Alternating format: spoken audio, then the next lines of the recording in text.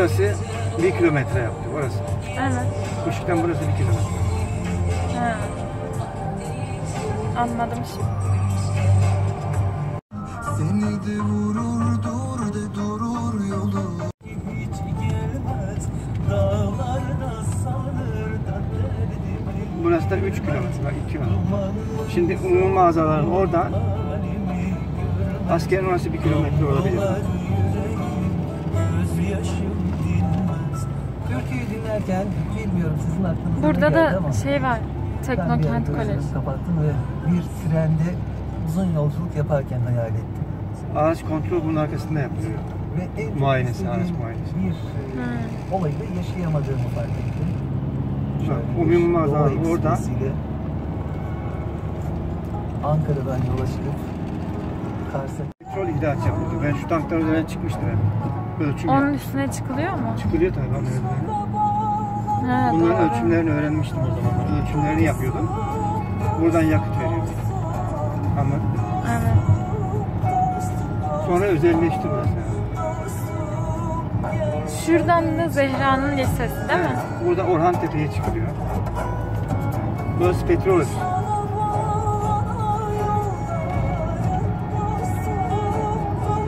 Burası askeri kışla.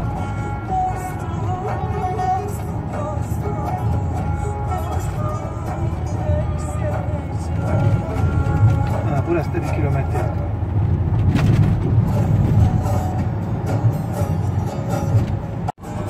...54 6 dakika oldu. Buraya geldik. Evet. Demirçeli'nin dumanına bak. Bak şunun aşağısında raylar var. Devlet biliyorsun. Evet. Araba geçmiyor. Yani o ekspres çok hızlı olduğu için tabii ki üzerinde karayolu olmayacak.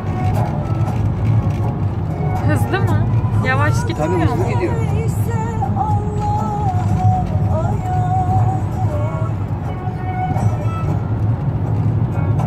Deniz çok güzel görünüyor.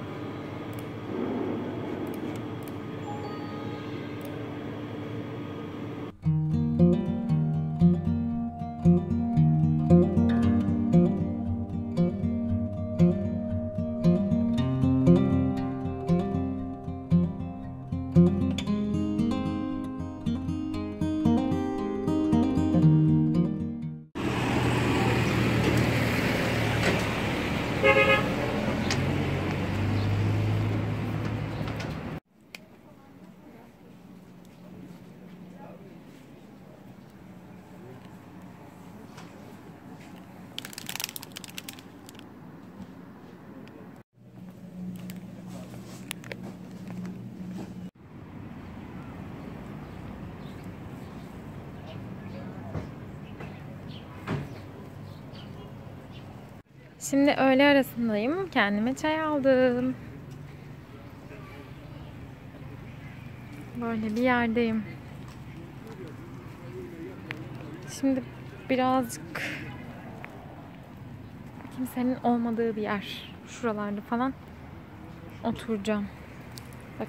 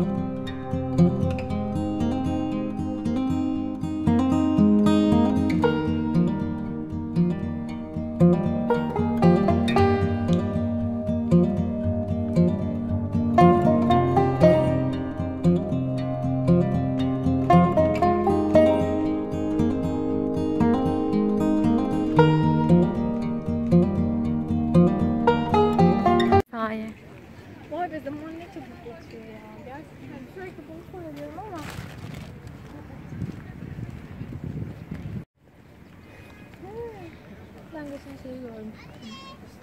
Geçen dediğim de tamam.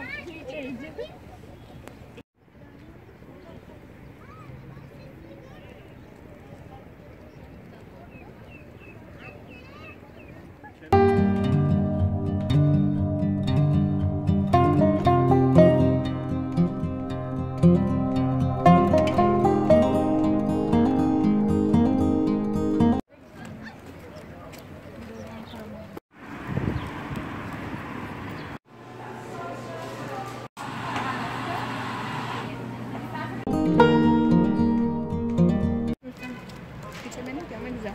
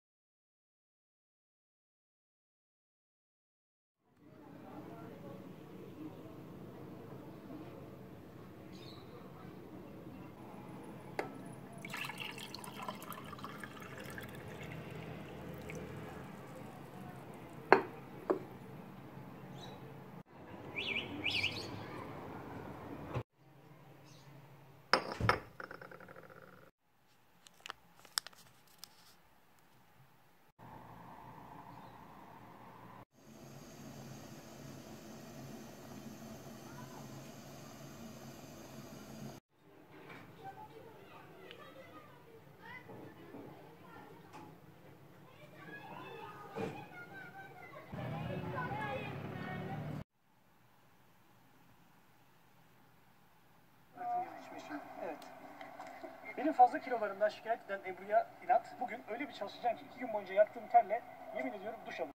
Hepinize yeniden merhaba. Merhaba. 2-3 haftadır arabanın içini çıkardık, her şeyi değiştirdik, gittik baştan yaptırdık.